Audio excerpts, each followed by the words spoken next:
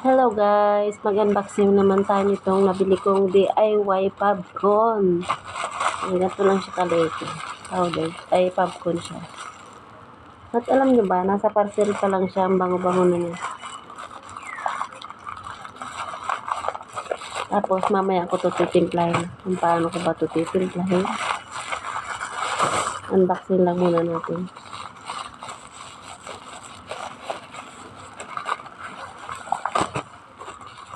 Tipid na tayo nito. May popcorn na tayo.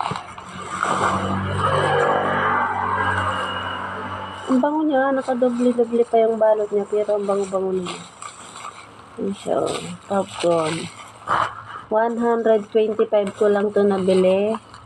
Tapos 3 liters na to. Pag hinalo mo 3 liters na. Ang dami na nito guys. Ang dami-dami na. 125 pesos lang.